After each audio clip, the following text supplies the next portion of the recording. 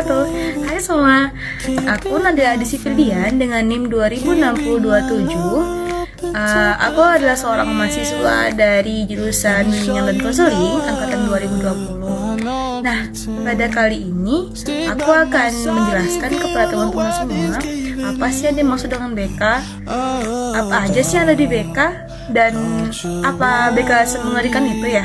Nah, tujuan dari pembuatan video ini adalah sebagian dari tugas akhir mata kuliah Teknologi Informasi Layanan BK. Nah, nanti aku akan menjelaskan lebih rincinya kepada teman-teman semua pada video berikut ini ya. So, jangan di skip dan jangan di stop-stop. Oke? Selamat nonton! All about guidance and counseling. Kira-kira BK itu apa sih? Nah, banyak yang bilang kalau BK itu adalah ruangan anak bermasalah, polisi sekolah, atau monster sekolah. Emang semengerikan itu ya? Nah, di sini aku akan jelasin apa yang dimaksud dengan bimbingan dan konseling. Nah, bimbingan dan konseling itu adalah dari kata bimbingan, yaitu bantuan kepada individu dalam membuat suatu pilihan yang cerdas atau tepat dalam penyesuaian kehidupan mereka. Nah, selanjutnya ada kata konseling, yaitu suatu proses di mana konselor membantu konseli membuat interpretasi tentang fakta yang berhubungan dengan pilihan, rencana, atau penyesuaian yang perlu dibuatnya. Nah, layanan apa aja sih yang ada di BK? Yang pertama ada layanan orientasi, informasi, penempatan dan penyaluran, layanan BK kelompok, ada layanan konsultasi, layanan konseling kelompok, dan layanan mediasi, advokasi, penguasaan konten dan individual.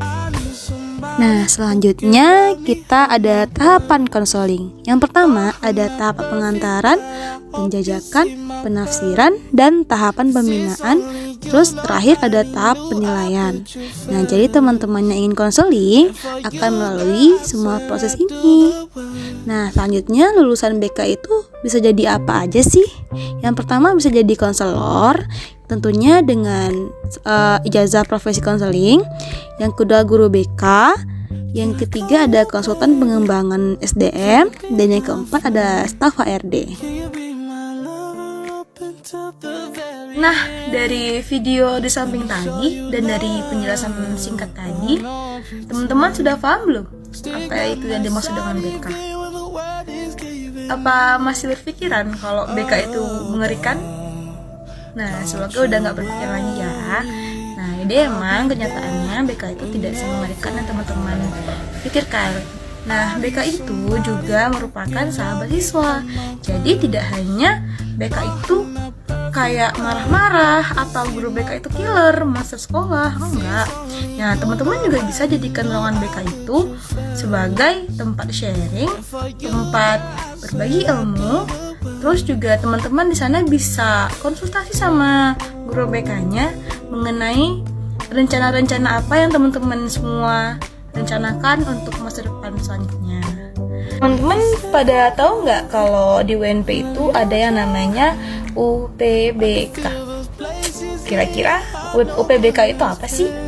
Nah, aku jelasin sedikit ya. UPBK itu merupakan singkatan dari Unit Pelayanan Bimbingan dan Konseling. Nah, di mana teman-teman bisa melakukan proses konseling dengan konselor-konselor profesional yang ada di UPBK. Nah, UPBK itu dikepalai oleh Ibu Dr. Yarmi Syukur, MPD Kons. Nah, juga beliau merupakan konselor profesional yang ada di UPBK. Nah, kira-kira tempatnya di mana sih? Nah, tempat UPBK itu ada di gedung Rektorat Lama, tepatnya di sebelah gedung Fakultas Ilmu Pendidikan. Nah, teman-teman bisa langsung masuk ke dalam gedung Rektorat Lama itu, langsung menuju ke lantai 3-nya. Jadi terus teman-teman bisa cari di sana UPBK UNP. Di sana terdapat ruangan UPBK.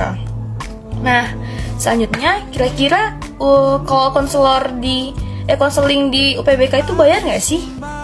Nah, kalau untuk proses konseling di UPBK sendiri untuk orang di luar mahasiswa UNP itu bayar sekisaran 100.000 untuk konseling individualnya, dan untuk konseling kelompok atau konseling keluarga itu bayar sekitar 250.000. Memang cukup mahal, tapi itu worth it buat aku ya. Nah, tapi bagi yang mahasiswa UNP nih, teman-teman bagi yang merupakan mahasiswa UNP itu bisa melakukan proses konseling secara gratis. Jadi tidak perlu bayar dan teman-teman bisa melakukan proses konseling yang sebisa teman-teman. Jadi nggak perlu khawatir atau nanti bakalan kemahalan atau gimana. Nah, mungkin itu yang bisa aku informasikan mengenai UPBK UNP. Kita sudah sampai pada akhir video. Mungkin hanya itu yang dapat aku sampaikan. Mohon maaf jika ada kesalahan.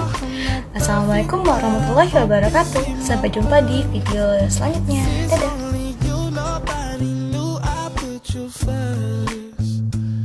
For you